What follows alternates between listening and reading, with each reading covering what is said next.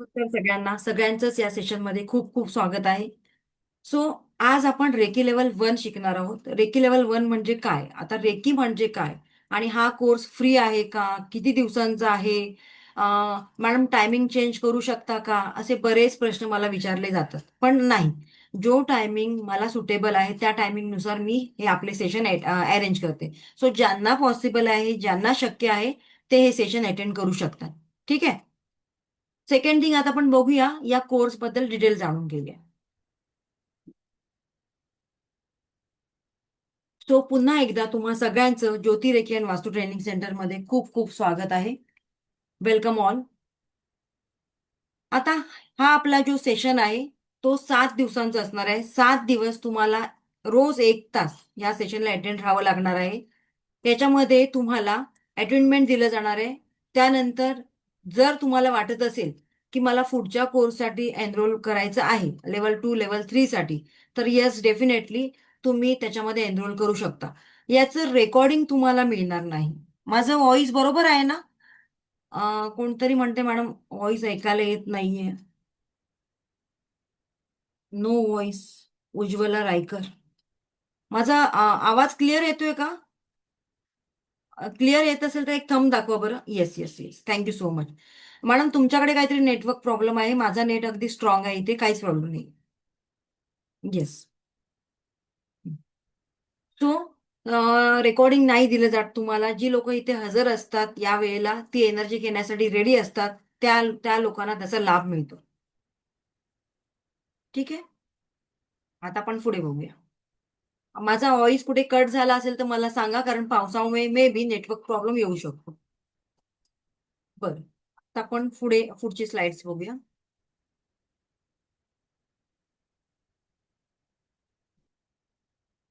श्री स्वामी समर्थ. तो प्रत्येकाच्या लाईफमध्ये गुरु असतात. माझे गुरु स्वामी आहेत. आणि स्वामी आयुष्यात आल्यानंतर आपल्या आयुष्यातले बरेच प्रॉब्लेम सॉर्ट आउट होतात. सो आपल्याला जे काही चांगलं मिळतं ते आपण समाजाचा एक भाग असल्यामुळे समाजाला सुद्धा ते मिळणं गरजेचं आहे. आणि म्हणूनच एक समाजसेवा म्हणून हा रेकी लेवल 1 हा कोर्स सगळ्यांसाठी फ्री केलेला आहे, की ज्याची प्राइस पहिली जवळजवळ 3,000 रुपये होती. ठीक आहे. सो आता एक तुमच्यासमोर इमेज आहे. या इमेजमध्ये तुम्हाला काय दिसतंय?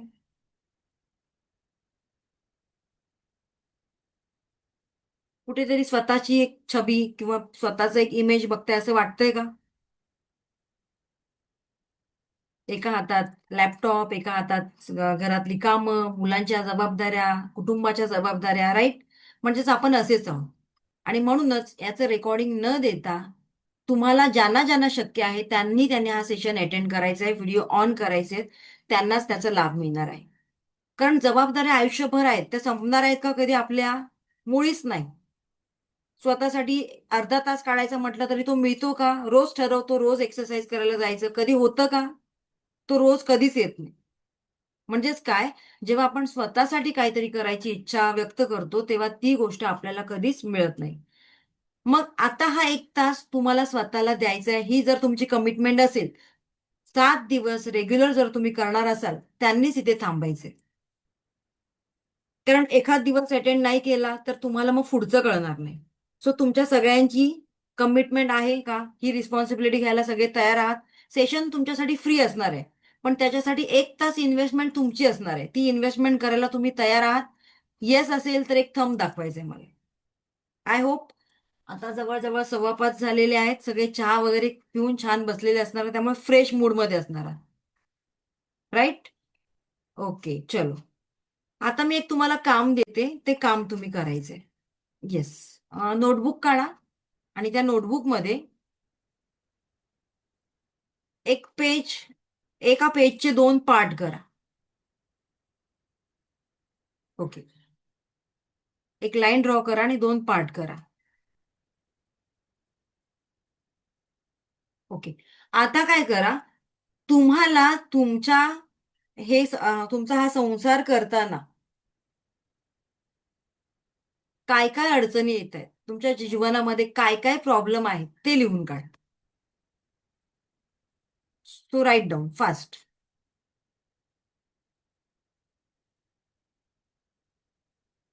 बऱ्याच अडचणी असतात आपल्या जीवनामध्ये, बरोबर ना, न संपणाऱ्या. पण आता जेवढ्या आठवत आहेत, जेवढ्या लगेच क्लिक होत आहेत, तेवढ्या तुम्ही राईट डाऊन लिहून काढा.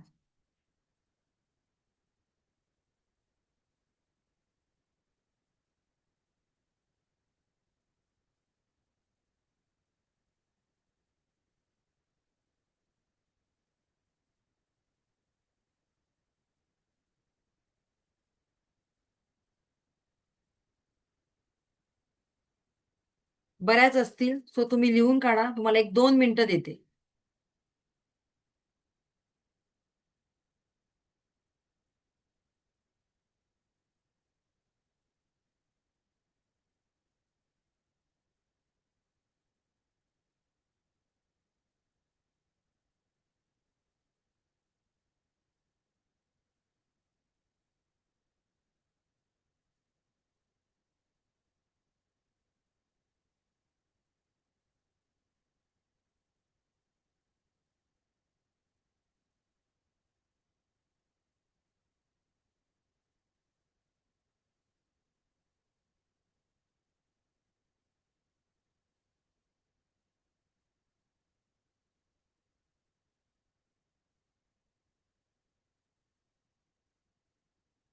ओके, झालं. आता दुसऱ्या पार्टमध्ये ज्या ज्या लोकांचा तुम्हाला राग येतो, त्या लोकांची नावं लिहून काढायची. राग म्हणजे ज्यांनी तुम्हाला त्रास दिलाय, आताच नाही, 15 वर्षांपूर्वी, 20 वर्षांपूर्वी, आणि ज्या लोकांना अजून तुम्ही विसरू शकत नाही, त्यांचा चेहरा आठवला तरी तुम्हाला राग येतो, अशा त्या प्रत्येक लोकांची नावं लिहून काढा. इन शॉर्ट, आपण मोबाईलमध्ये आपल्याला तो ऑप्शन असतो, एखादा व्यक्ती नाही आवडला तर त्याला ब्लॉक करायचं. तसं मनाचं होत नाही ना आपल्याला, की एखाद्याला नाही आठवलं तरी त्याला ब्लॉक करू शकत नाही, त्याची आठवण आली की त्याचा चेहरा समोर येतोच. मग अशा प्रत्येक व्यक्तीला ब्लॉक करायचे. म्हणजेच तुमच्या पेपरवर लिहायचे, तुमच्या नोटबुकवर लिहायचे. जेवढेही लोक ही प्रॅक्टिकल करणार आहेत त्यांना त्याचे रिझल्ट मिळणार आहे. आणि जी लोक केवळ बघ्याची भूमिका घ्यायला आलेले आहेत, त्यांना या सेशन मधून काहीच मिळणार नाही. I am so sorry. So सगळे सेशन प्रॅक्टिकल असणार आहेत आपले. त्यामुळे तुम्ही प्रॅक्टिकल किती करताय त्याच्यावर डिपेंड आहे.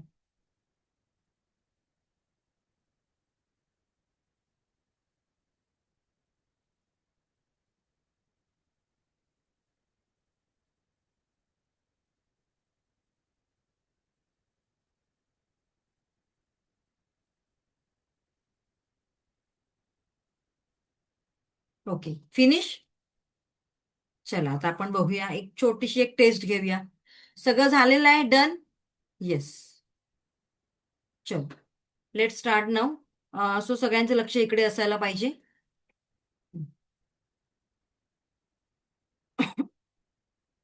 Yes, thank you so much. आपलं आपण नवीन घरामध्ये राहायला जातो, नवीन वास्तूमध्ये राहायला जातो.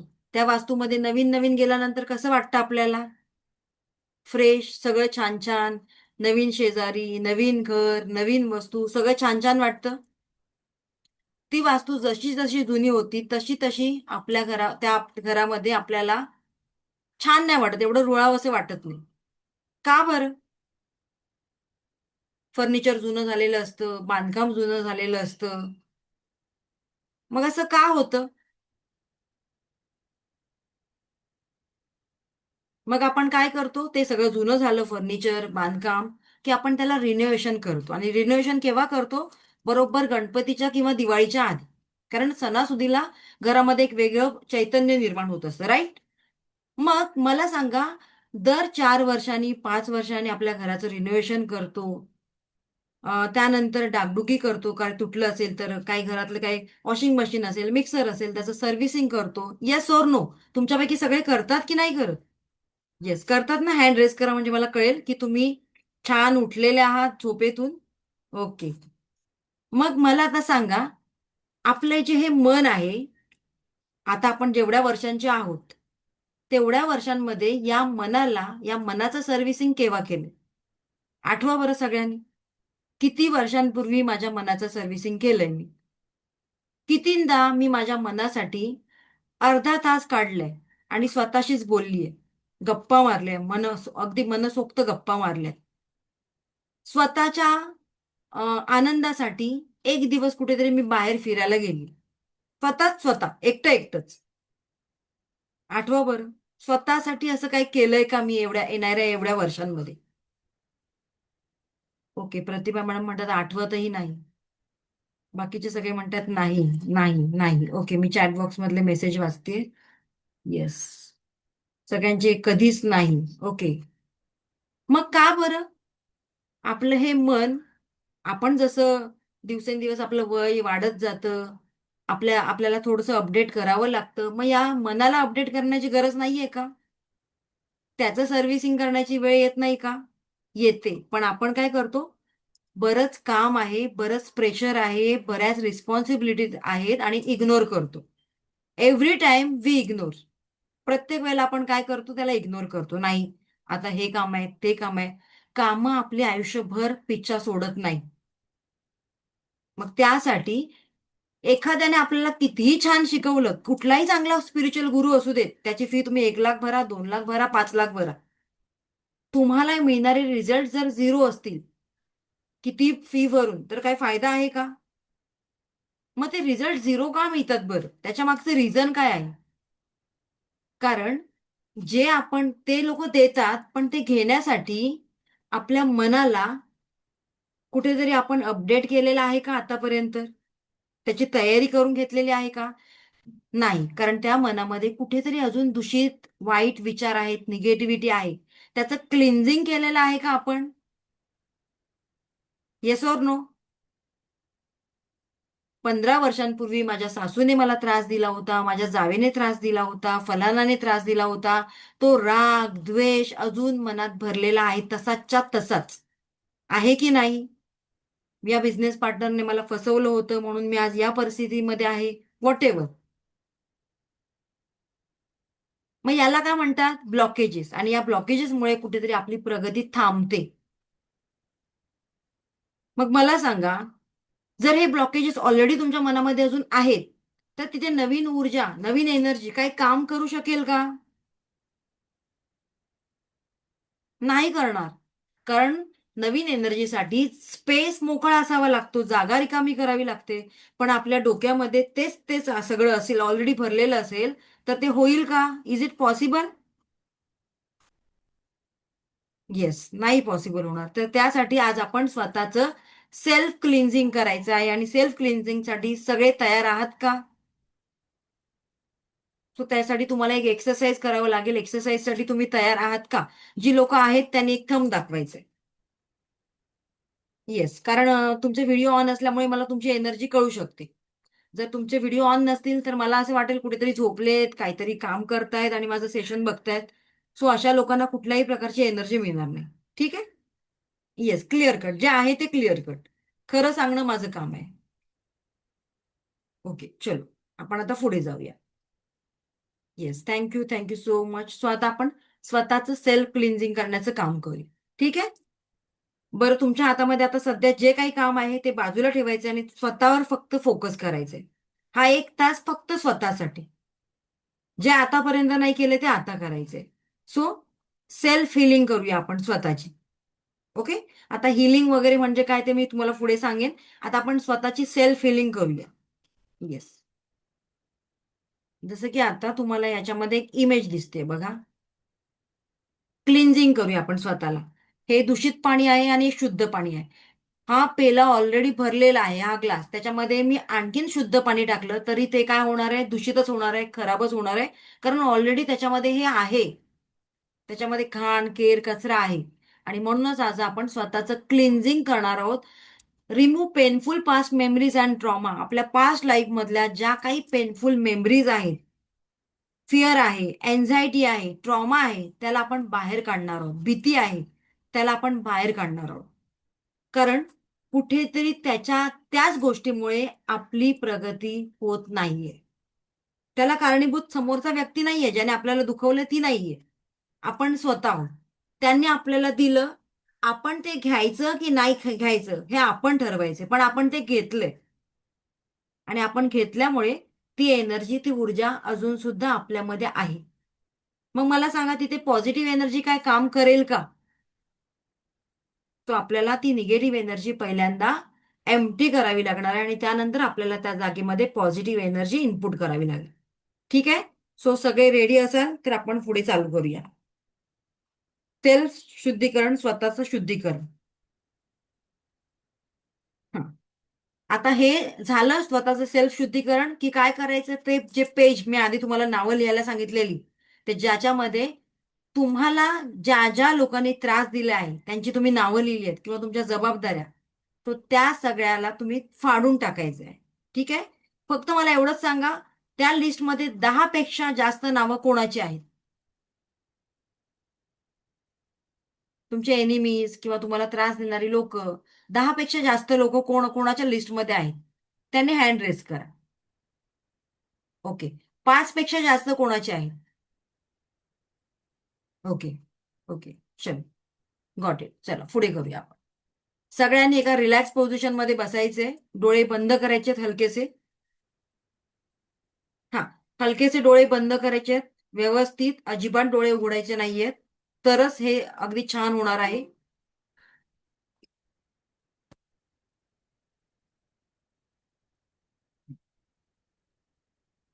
एक दीर्घ श्वास घ्यायचा आहे आणि हळूहळू सोडायचे. 3 वेळा करायचे तुम्हाला सतत. आणि संपूर्ण लक्ष तुमच्या श्वासांवर केंद्रित करायचे. संपूर्ण लक्ष तुमच्या श्वासांवर केंद्रित करा.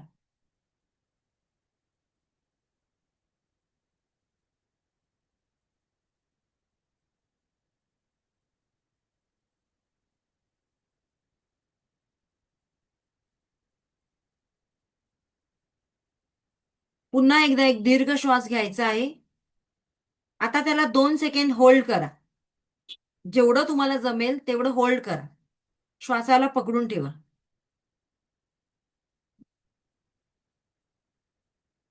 आता हळूहळू रिलीज करा.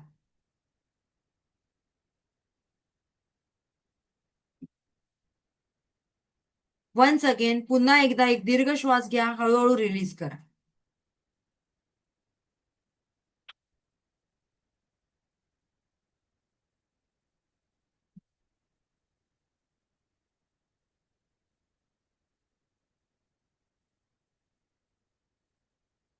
ओके. आता तुमच्या थर्ड आय समोर, म्हणजेच तुमच्या अगदी काय म्हणता येईल, 2 आयब्रोच्या वर तुमचं ध्यान गेलं पाहिजे, लक्ष गेलं पाहिजे. डोळे बंदच ठेवायचे. आता आपण थोडस आपल्या पास्ट मध्ये जाऊया. अशा व्यक्तींना आठवा, तुमच्या डोळ्यांसमोर आणा, ज्या व्यक्तींनी तुम्हाला भयंकर दुःख दिलेलं आहे. याच व्यक्तीमुळे माझं आयुष्य खराब झालं, वाईट झालं असं तुम्हाला वाटतंय.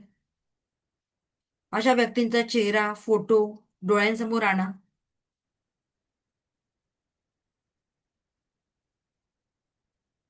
तो क्षण आठवा, ज्या दिवशी तुमच्यात आणि त्यांच्यात असं काहीतरी वाद झाला होता, की ज्यामुळे कायमस्वरूपी तुम्ही आता एकमेकांचा चेहरा सुद्धा बघत नाही.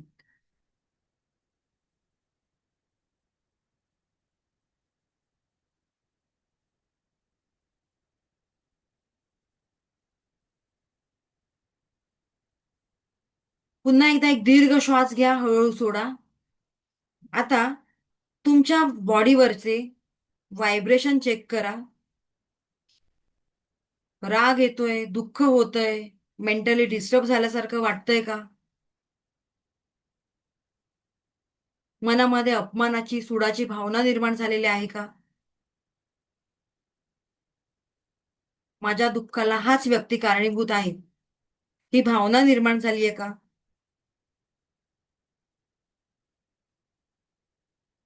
येस, होणारच. कारण ज्या व्यक्तीने आपल्याला हे दुःख दिलेलं आहे, त्याबद्दल आपण एवढ्या वर्षांपासून तो राग मनात ठेवलेला आहे. सो आता मी आणखीन एक तुम्हाला स्टेप करायला सांगते, ती जी की तुम्हाला आवडणार नाही, अजिबात आवडणार नाहीये.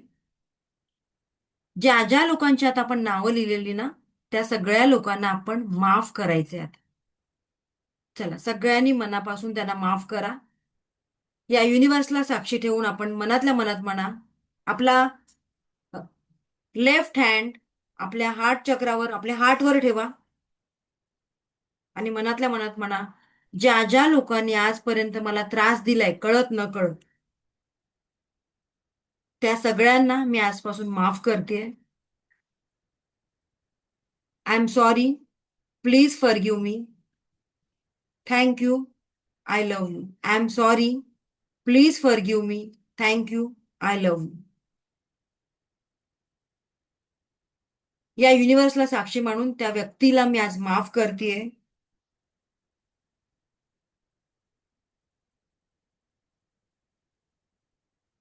आता त्या व्यक्तीच्या बद्दल माझ्या मनात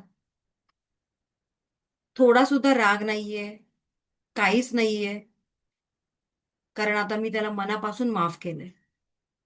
thank you universe. Thank you. Thank you. Thank you. Now open your eyes.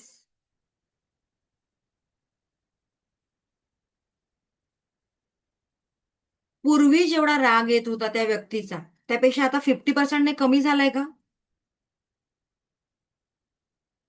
Yes or no? झालाय की नाही झालाय? ओके. आता जो 50% राहिलेला आहे त्यातला अजून 30% आपण घालूया. ठीक आहे. त्याच्यासाठी एक टेक्निक सांगते आणि ते तुम्हाला पटणार आहे. आता मला सांगा, राग आल्यामुळे काय होतं आणि त्रास कोणाला होतो? बीपी शूट होतो. आणखीन काय होतं? राग आल्यामुळे काय काय होतं? हेल्थ इश्यूज काय होतात? आपल्या शारीरिक लेवलवर वेदना होतात, प्रॉब्लेम चालू होतात. होतात की नाही होतात? आपला ऑरा चेंज होतो, ऑरा दूषित व्हायला लागतो, 7 चक्रांमध्ये बिघाड होतो. आणि या सगळ्याचा इफेक्ट काय होतो? आपल्याला मिळणारे रिझल्ट त्याच्यामध्ये सुद्धा प्रॉब्लेम क्रिएट होतो. आपल्या सक्सेसमध्ये सुद्धा प्रॉब्लेम क्रिएट होतो. कारण ज्या माणसाने आपल्याला वेदना दिलेल्या असतात, प्रॉब्लेम दिलेले असतात, सो तो विसरतो, पण आपण ते बरोबर मनात ठेवतो आणि त्यामुळे ते ब्लॉकेजेस होऊन आपल्या मार्गात अडचणी निर्माण करतात. आणि म्हणूनच त्या लोकांना आपल्याला माफ करायचंय. ही माफी त्याच्या घरी जाऊन आपल्याला त्याच्या समोर मागायची आहे का? अजिबात नाही.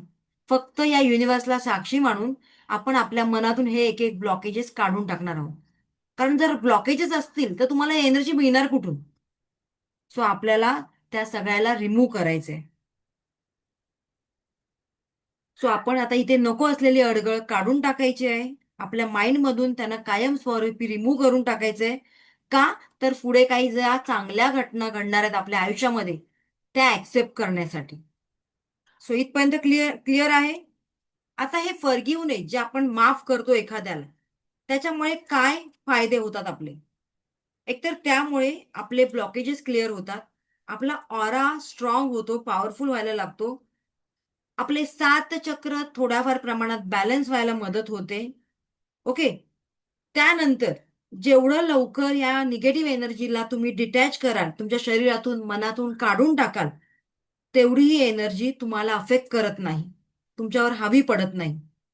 आणि सगळ्यात महत्वाची गोष्ट, माफ केल्यामुळे आपण कुठल्याही निगेटिव्हिटीमध्ये अडकून राहत नाही.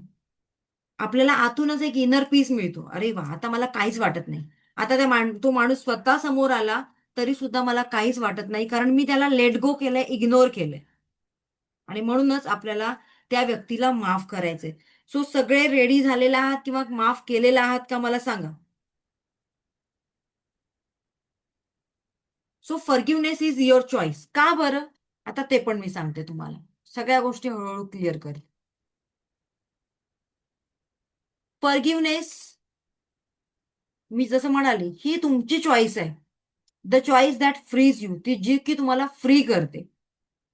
आणि ज्यांना अजून त्या बंधनामध्ये अडकायचं आहे त्यांनी हमखास अडकून घ्यावं.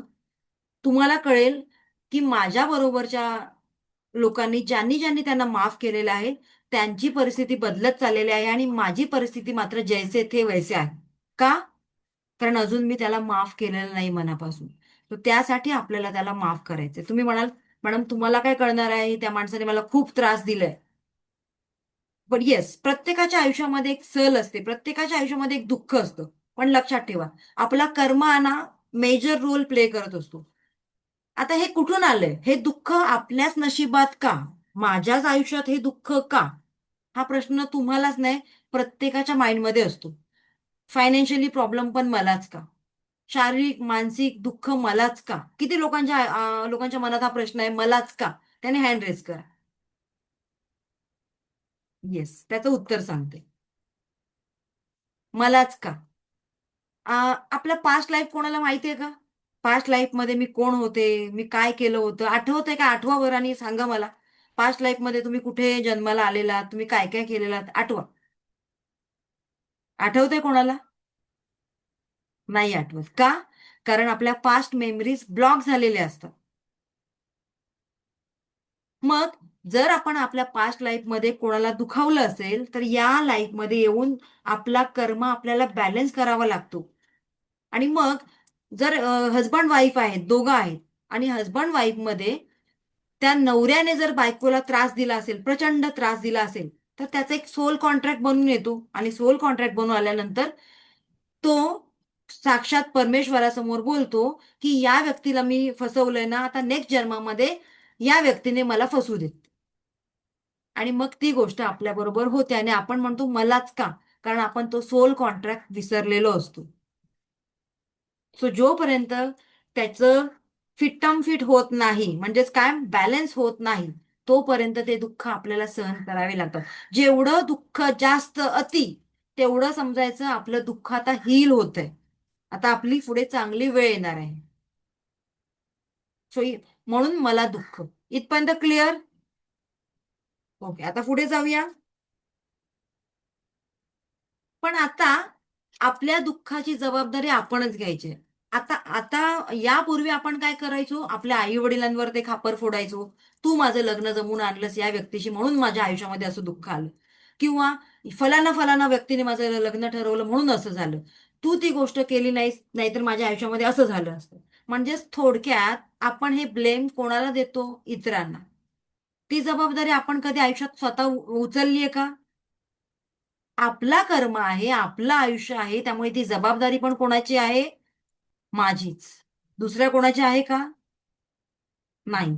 सो तुम्ही ज्यांना ज्यांना सिलेक्ट करता गेल्या जन्मात, तीच लोक तुम्हाला येऊन इथे भेटतात. कोणी अर्ध्या तासासाठी भेटतं, कोणी आयुष्यभरासाठी भेटतं, कोणी 5 मिनिटासाठी भेटतं. आणि तुम्हाला असं वाटतं की एखादी व्यक्ती 2 मिनिटासाठी तुम्हाला भेटते आणि तुम्हाला असं वाटतं हिला कुठेतरी मी पाहिलंय. हे पाहिलंय ते कुठे असतं? Past life. कारण तुमचा तो कॉन्ट्रॅक्ट होता की यांनाच मी परत आमंत्रण देणार आहे, इन्व्हाइट करणार आहे माझ्या नेक्स्ट जन्मामध्ये. मग काही चांगली माणसं भेटतात, काही वाईट माणसं भेटतात, पण हे तुम्हीच ठरवलेलं असतं. सो इथपर्यंत क्लिअर आहे? आजपासून ही सगळी जबाबदारी कोण घेणार? मी स्वतः की दुसऱ्यांना ब्लेम करणार? येस, चॅट बॉक्समध्ये मेसेज करा. मी स्वतः. माय सेल्फ. येस. Yes, exactly. बघूया किती लोकांचे मेसेज येतात, त्यांचा कर्म हील होणार आहे हळूहळू. कारण ती जबाबदारी आता तुम्ही स्वतः घेतली. येस, रुपाली, वंदना, प्रियंका, श्रद्धा, प्रतिभा, वर्षा, आयफोन आणि अप्पो वगैरे ही आपली नावं नाही आहेत. आपल्या आईने छान नाव ठेवलंय ना. सो अप्पो बिप्पो हे काय नाव लिहू नका. ते वाचताना पण खूप वाईट वाटतंय. ओके, चल. सो आता आपण पुढे जाऊया.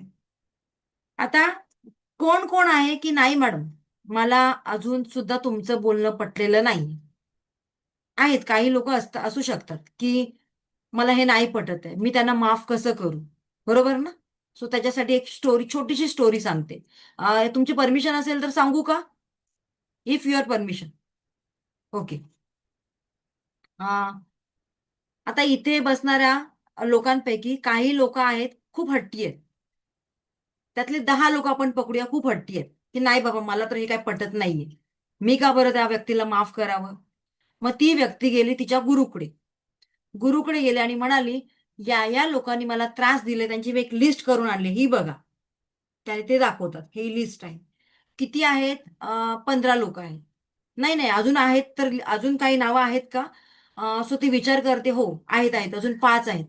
20 लोकांची लिस्ट झाली. फायनल का? Yes, final.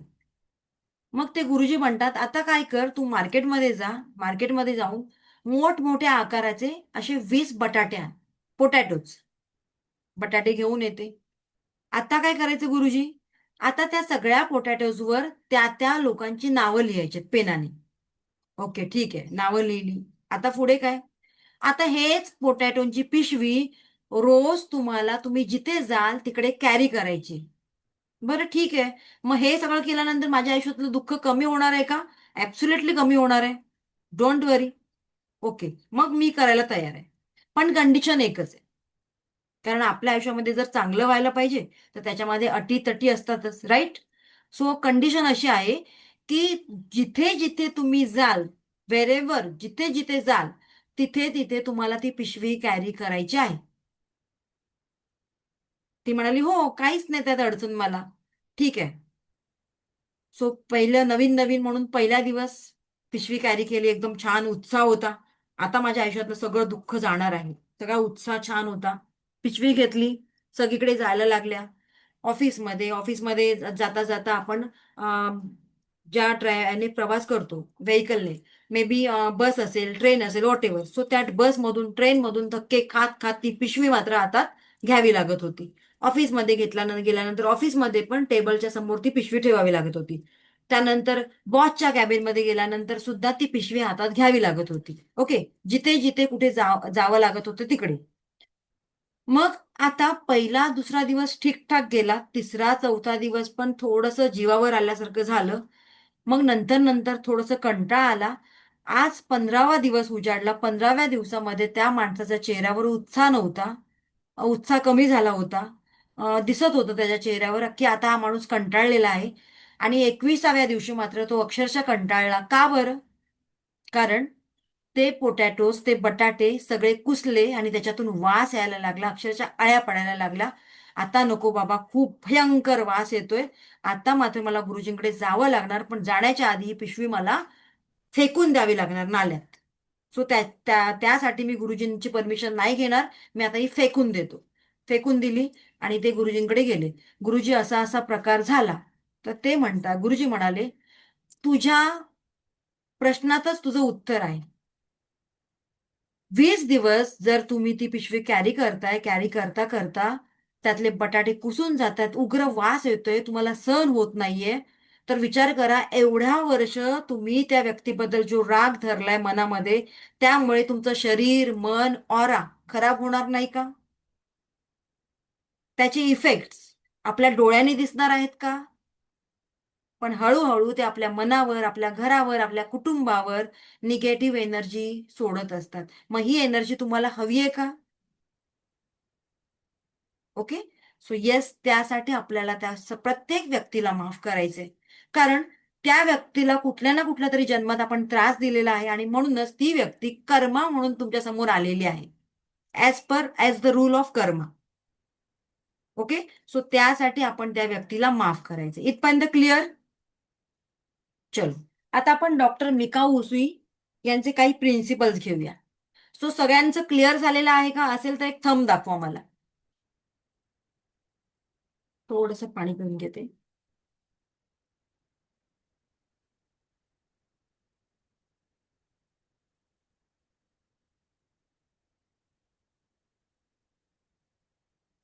Yes, thank you so much.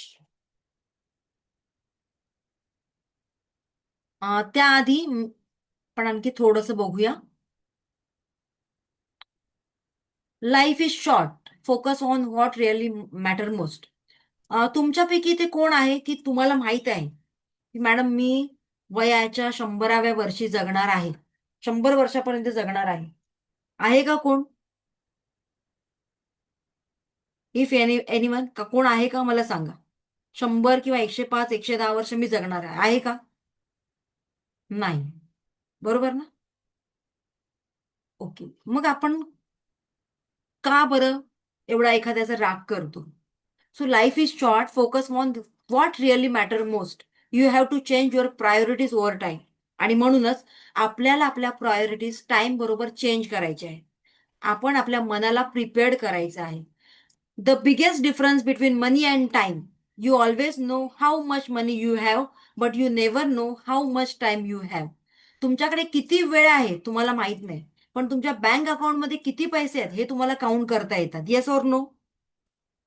आणि म्हणूनच जीवनामध्ये प्रायोरिटीज त्याच गोष्टींना द्या ज्या तुम्हाला मॅटर करतात, ज्याच्यामुळे तुमचं काहीतरी अडतं, जिथे तुम्ही अपग्रेड होणार आहात, तुमची काहीतरी प्रगती होणार आहे, तुम्हाला सक्सेस मिळणार आहे, तिथे त्या गोष्टींना प्रायोरिटीज द्या. नाही की हिच्याबद्दल मी काय बोलू, किंवा टीव्हीवरचे बरेच प्रोग्राम असतात, त्याच त्याच सासू सुनेच्या हे सिरियल असतात, आणि आपण तेच तेच रट्टा अनेक वर्षांपासून मारत आलेलो आहोत. बरोबर ना? सो येस, डेफिनेटली आपल्याला एंटरटेनमेंट म्हणून काहीतरी पाहिजे, पण त्याला किती वेळ द्यावा, रील बघण्यासाठी किती वेळ द्यावा, या गोष्टी कोण, ह्या सगळ्या डेडलाईन्स कोणी आखायचे आहेत? आपण स्वतः. कारण जर तुम्ही तसं काम करत असाल तरच तुम्हाला त्या कामाचं रिझल्ट मिळणार आहे. जर तुम्ही योग्य काम करणार असाल, चांगलं काम करणार असाल, तर तुम्हाला चांगले रिझल्ट मिळणार आहेत. जर तुम्ही दिवसभर वेळ आहे पण त्या वेळेचा काही उपयोगच करत नसाल, कुठेतरी रील बघणं, टीव्ही बघणं असे जर काम करत असाल, तर मला सांगा, त्या दिवसाचा उपयोग तुम्ही काय केलात का? कारण तो परत दिवस आपल्या आयुष्यामध्ये येणार आहे का? ऍड ऑन होणार आहे का? मुळीच नाही. सो आपलं आयुष्य खूप छोटं आहे. या छोट्या आयुष्यामध्ये आनंद जास्त गोळा करण्याचा प्रयत्न करा. जे काही दुःख आहे मनात ते लेट गो करायला शिका. जोपर्यंत तुमच्या मनातलं दुःख, शल्य तुम्ही लेट गो करत नाही, तोपर्यंत तुमच्या जीवनामध्ये तुम्हाला रिझल्ट मिळत नाही. सो काही गोष्टी लेट गो करायला शिकायच्या आहेत. गेलं ते गेलं. पुढचं माझं आयुष्य कसं आहे ते माझ्या हातात आहे. काय, का बरं? कारण मीच आहे माझ्या जीवनाची शिल्पकार. दुसरं कोणी येऊन तुमचं आयुष्य बदलू शकत नाही, त्याला आकार देऊ शकत नाही. ते प्रयत्न तुम्हालाच करावे लागतात. एखाद्या घरातली स्त्री जर कर्तृत्ववान असेल, तर ती संपूर्ण घर कर्तृत्ववान असतं. मुलांना छान हॅबिट लागतात. त्यांच्या घराला व्यवस्थित शिस्त लागते. कारण स्त्रीवर सगळं घर अवलंबून असतं. पुरुष काय करतात? फक्त पैसे कमावून आणण्याचं काम करतात. बाकीचं सगळं कोणाला करावं लागतं? स्त्रीला. आता तर दोन्ही समान आहेत, त्यामुळे आता इश्यू नाहीये. पण जर आपण आपला वेळ चांगल्या गोष्टींमध्ये घालवला, तर मला सांगा किती त्याचा उपयोग होईल आपल्याला. सो इथपर्यंत क्लिअर? आजपासून काही प्रमाणात सगळं बघायचं, करायचं, कारण आपण माणूस आहोत, ह्युमन बिंग आहोत. त्यामुळे आपल्या भावना आपल्याला व्यक्त सुद्धा करता आल्या पाहिजे. एखाद्या वेळेला रडायला आलं तर रडता सुद्धा आलं पाहिजे. कारण खोटं खोटं आपण किती दिवस वागणार? 4-5 दिवस. रोज त्याचं आपण असं खोटेपणा चेहऱ्यावर घेऊन नाही जाऊ शकत, जगू शकत. जगू शकतो का? याचं सोंग नाही करतायत. So yes, definitely. ज्या वेळेला आपल्याला रडावंसं वाटतं, भावना व्यक्त कराव्याशा वाटतात, एक्सप्रेस कराव्याशा वाटतात, तेव्हा एकांतात जाऊन आपल्याला ढसाढसा रडायला पण आलं पाहिजे. कारण आपण ह्युमन बिंग आहोत. आपण कोण मशीन आहोत का? की रोज पॉझिटिव्ह राहा, रोज पॉझिटिव्ह राहा. नाही पॉसिबल. जीवनामध्ये जीवन जगताना कधीतरी अशी परिस्थिती निर्माण होते, की आपल्याला अनेक प्रसंगांना सामोरं जावं लागतं. अप्स डाऊन्स आपल्या आयुष्यात येतात. मग अशा वेळेला मोकळं होणं गरजेचं आहे. रिक्त होणं गरजेचं आहे. पण जर एखादं दुःख आलं, त्या दुःखाला कवटाळून बसणं सुद्धा तेवढंच, किती वेळ कवटाळून बसायचं ते सुद्धा जाणून घेणं महत्वाचं आहे. 1 दिवस, 2 दिवस, 10 दिवस, बस त्याच्या पलीकडे नाही. कारण कोणीही आपल्याला येऊन मदत करणारं नसतं. आपल्यालाच उठावं लागतं आणि आपली मदत करावी लागते. Yes or no? सो त्यासाठी आपल्याला आजपासून एवढंच शिकायचं आहे, की आपणच आहोत आपल्या जीवनाचे शिल्पकार. आपल्यालाच ते करायचं, आणि म्हणूनच आपली फ्रिक्वेन्सी या युनिव्हर्सच्या फ्रिक्वेन्सी बरोबर ट्यून व्हावी लागते, मॅच व्हावी लागते. काही लोक बघा रोज छान हसत खेळत आयुष्य जगत असतात, आणि काही लोकांच्या चेहऱ्यावरच क्वेश्चन मार्क असतो. आयुष्य तर जगायचंच आहे, मग हसत खेळत का नको? का बरं कपाळाला आट्या बिट्या ठेवून आपण आयुष्य जगायचं? कारण ते एकदाच मिळतं. सो त्यासाठी जी लोक आनंदाने आयुष्य जगतात, कामं करतात, त्यांच्या वाट्याला जी काही कामं आलेली असतात ते आनंदाने करतात. सो त्या लोकांचा ऑरा हळूहळू छान पॉझिटिव्ह व्हायला लागतो, आणि त्यानंतर त्यांना रिझल्ट चांगले मिळतात. कारण ह्या युनिव्हर्सला आनंदी लोक प्रिय आहेत. जर तुम्ही आनंदाने एखादी गोष्ट मागितलात, तर युनिव्हर्स तुम्हाला बरोबर देतं. बघा, एखादं तुमचं अडलेलं काम आहे, पण तुमचा कॉन्फिडन्स असेल की नाही, काही करून या वेळेला माझ्याकडे पैसे येणारच, मला जेव्हा गरज असते ना पैशांची तेव्हा ते बरोबर येतात. हे कोण आणतं? तुमचा आतला कॉन्फिडन्स. कारण तो कॉन्फिडन्स या युनिव्हर्सच्या एनर्जी बरोबर मॅच होतं आणि त्यानंतरच तुमच्या आयुष्यामध्ये ती घटना किंवा ती गोष्ट घडते. ओके, इथपर्यंत क्लिअर? सो आजपासून बी पॉझिटिव्ह. ओके, चला आता पुढे जाऊया.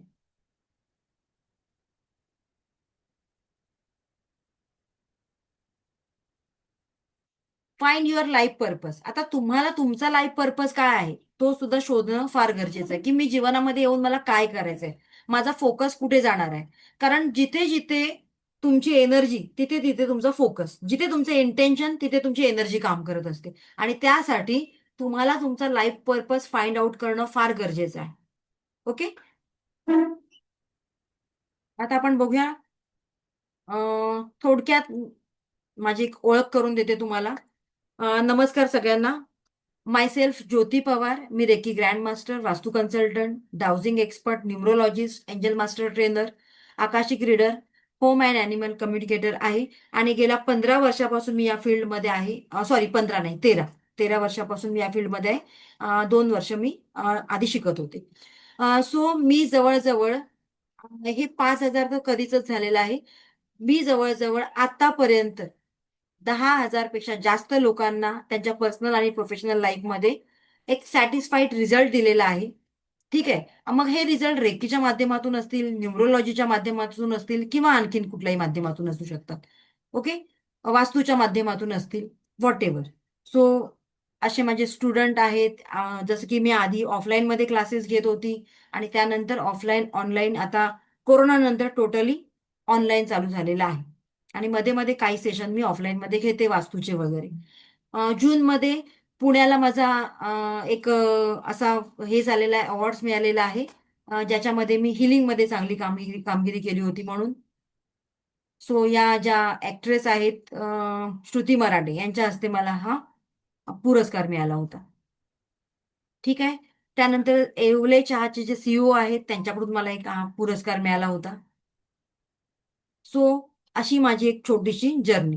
आणि हे आहे रेकी प्राईम मास्टरशिपचं अवॉर्ड्स मला मिळालं होतं रेकी काउन्सिल ऑफ इंडियाकडून. सो ही एक छोटीशी माझी इथपर्यंत येण्याची जर्नी. ठीक आहे. आणि मी मूळतः मुंबईचीच आहे. माझं एज्युकेशन, माझा जन्म, एज्युकेशन सगळं मुंबईचंच आहे. ठीक आहे. माझं कॉलेज व्हॉट एव्हर सगळं मुंबईचंच आहे. मुंबईमध्ये परेल भागामध्ये मी लहानाची मोठी झाली. आणि आता लग्नानंतर घाटकोपर. ओके, इथपर्यंत क्लिअर सगळ्यांना? नाहीतर असं नको वाटायला या मॅडम नक्की कोण आहेत, कारण थोडंसं इन शॉर्ट आपलं इंट्रो देणं गरजेचं असतं. तर तुम्हाला वाटेल काय ही कोण आली बरं नवीन बाई. Okay, clear? चल, पुढे जाऊया. Yes, thank you Varsha ma'am. Thank you so much. Siddhi ma'am, Varsha ma'am, Rupali ma'am, thank you so much. Okay, आता आपण थोडंसं फास्ट जाऊया. सो डॉक्टर मिका उसुई जे रेकीचे फाउंडर आहेत, त्यांनी ना रेकीबद्दल आपल्याला काही प्रिन्सिपल फॉलो करायला सांगितले. ते 5 प्रिन्सिपल आहेत. त्यातला पहिला प्रिन्सिपल आहे, just for today I will not be angry. केवळ आजच्या दिवस मी रागावणार नाही, मी रागावर कंट्रोल करेन.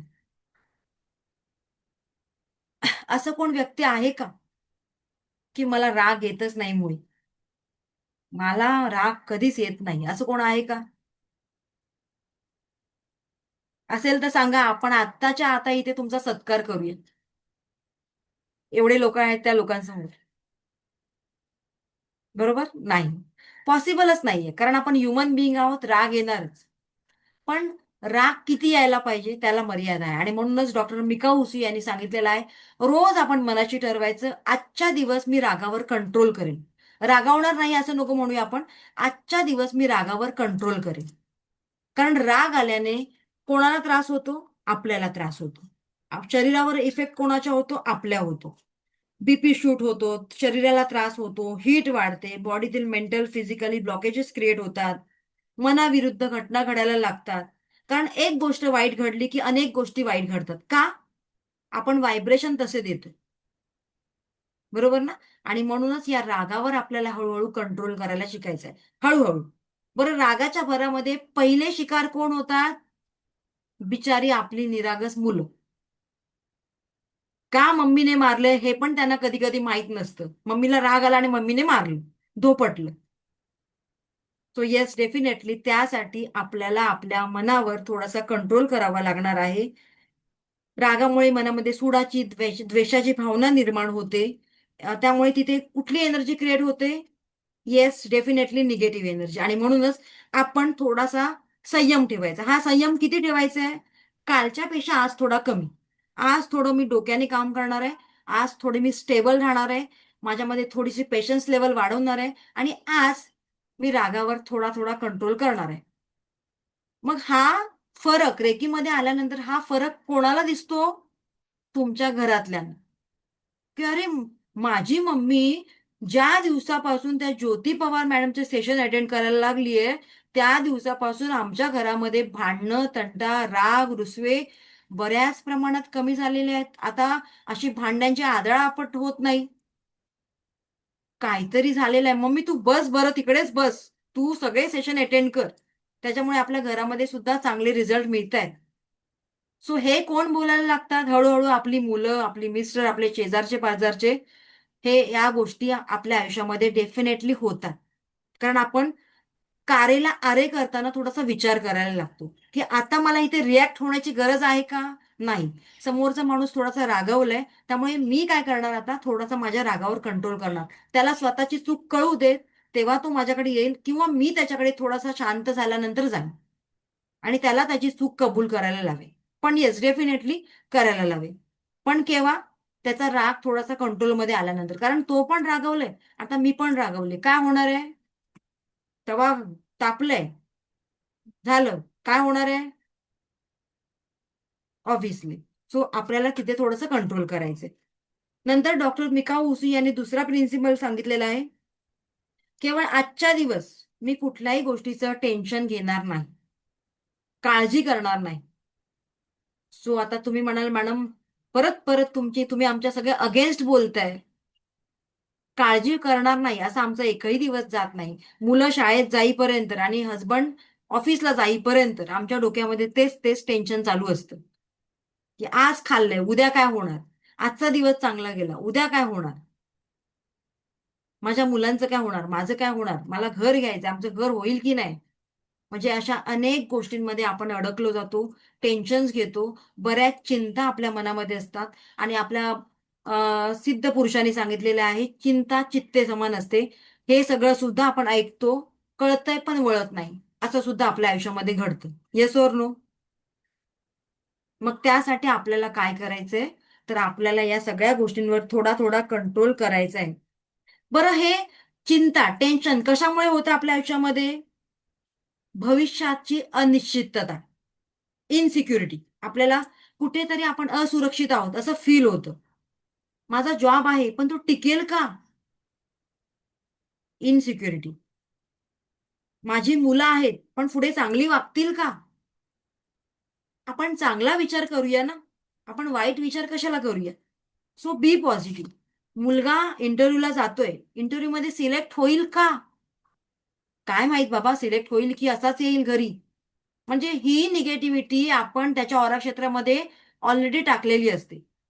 आणि मग काय होतं, आपले व्हायब्रेशन आणि या युनिव्हर्सचे व्हायब्रेशन मॅच होतात आणि इंटरव्ह्यूला गेल्यानंतर तुमच्या मुलाचं सिलेक्शन होत नाही. का? कारण ती एनर्जी आपणच क्रिएट केलेली असते. कारण एनर्जी आहे, एनर्जीचा प्रवाह जिथे तुम्ही फिरवाल तिकडे तो प्रवाह वाहत असतो. आणि म्हणूनच आजपासून आपले थॉट्स आपल्याला पॉझिटिव्ह करायचे.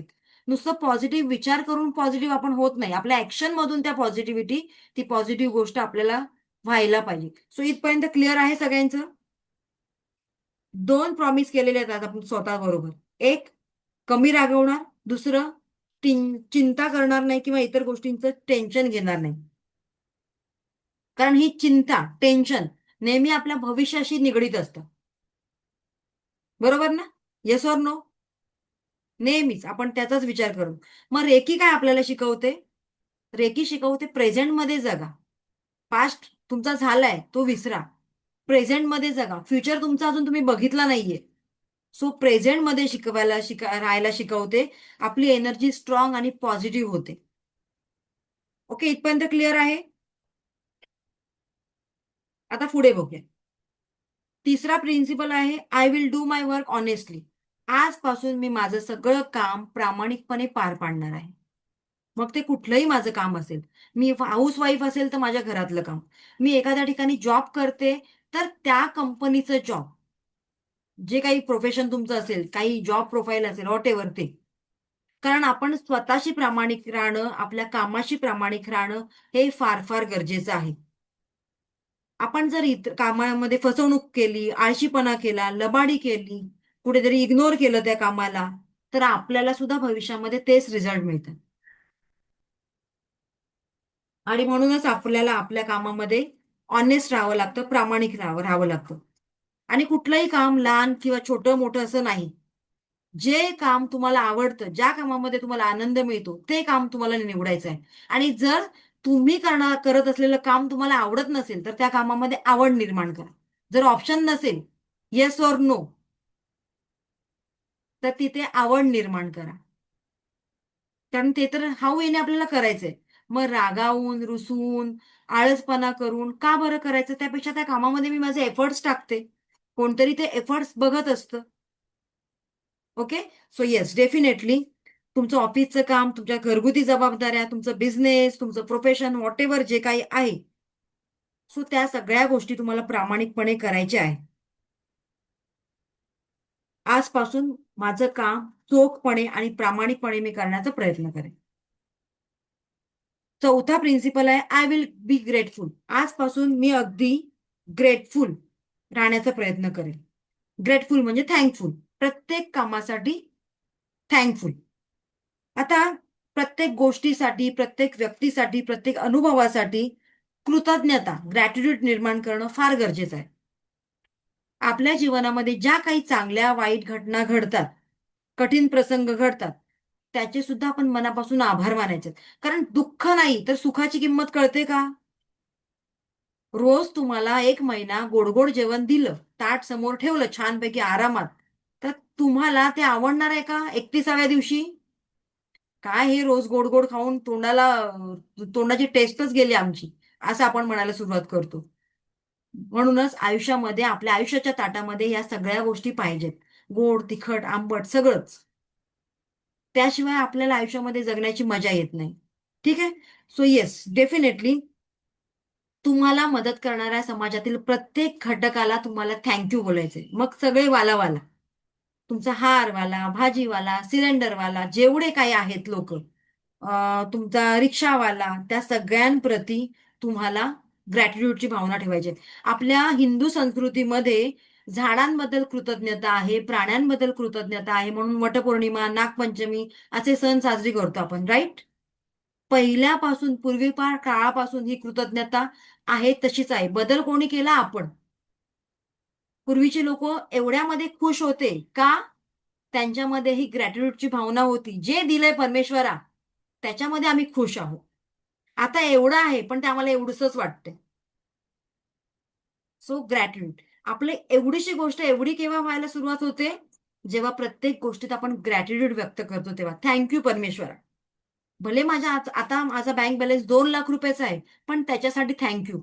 अनेकाच्या अकाउंटमध्ये 1,000 रुपये पण नसतात. वेळेला अनेकांकडे अगदी इमर्जन्सी आली तर त्यांच्या अकाउंटमध्ये 500 रुपये पण नसतात. असतात का? थँक यू परमेश्वरा. आज माझ्याकडे, भले रेंटवर मी राहते, पण ते रेंट पे करण्याची ताकद माझ्यामध्ये आहे. भले आज माझा जॉब आहे, जॉबमध्ये माझा पगार 20,000 रुपये आहे, पण त्याच्यासाठी थँक यू.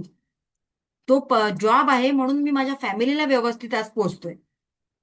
सो प्रत्येक गोष्टीबद्दल तक्रार न करता तुमच्यामध्ये कृतज्ञता जेव्हा यायला लागते ना, तेव्हा मल्टिपल गोष्टी आपल्या आयुष्यामध्ये चांगल्या घडायला लागतात. ओके. आणि म्हणूनच ही कृतज्ञतेची भावना आपण आपल्या मनामध्ये रुजवायची आहे. आईने जेवण बनवलेलं असतं, बरीच मुलं म्हणतात आज चांगलं नाही झालं. मग तेव्हा आपल्याला किती वाईट वाटतं. मग मला सांगा, या परमेश्वराने तुमच्यासाठी जे काही प्लॅनिंग केलंय ते त्याला बरोबर माहित असतं. आणि आपण त्याच्यावर आरोप लावतो की तुझ्यामुळे हे झालंय. मग त्या परमेश्वराला किती वाईट वाटत असेल. सो येस, डेफिनेटली सगळ्यासाठी थँक्यू बोलायला सुरुवात करा. मग बघा आपलं आयुष्य कसं हील व्हायला सुरुवात होतं. मग हे आयुष्य सगळ्याच गोष्टींमध्ये हील होतं. तुमचं फायनान्शियल बाब म्हणा, तुमचं मेंटल असेल, इमोशनल लेवलवर असेल, सगळ्याच गोष्टींमध्ये हील व्हायला लागतं. हील होतं म्हणजेच बरं होतं. सो तुमच्या अडचणींसाठी थँक्यू म्हणा. तुमच्या मित्रांनी ज्यांनी ज्यांनी तुम्हाला हेल्प केलेली आहे जीवनामध्ये त्यांना थँक्यू म्हणा. ज्यांनी हेल्प नाही केलेली आहे त्यांना सुद्धा थँक्यू म्हणा. त्यांच्यामुळे तुम्हाला कळलं ना खरं कोण आणि खोटं कोण. सो त्यांना थँक्यू म्हणा. आणखी कोणाकोणाला थँक्यू म्हणू शकता? मेसेज इन चॅट बॉक्स, म्हणजे मला पण कळेल, तुमच्याकडून काही इन्फॉर्मेशन मला सुद्धा मिळेल. सो त्या सगळ्या घटकांना थँक्यू म्हणायचंय, ज्यांनी तुमच्या आनंदामध्ये तुम्हाला साथ दिली आहे, ज्यांनी तुमच्या दुःखामध्ये तुम्हाला साथ दिली आहे, तुमच्या दुःखामध्ये तुम्हाला सोडून गेलेत, त्या सगळ्यांना. आणि सकाळी उठल्या उठल्या पहिल्यांदा परमेश्वराला थँक्यू म्हणायचंय.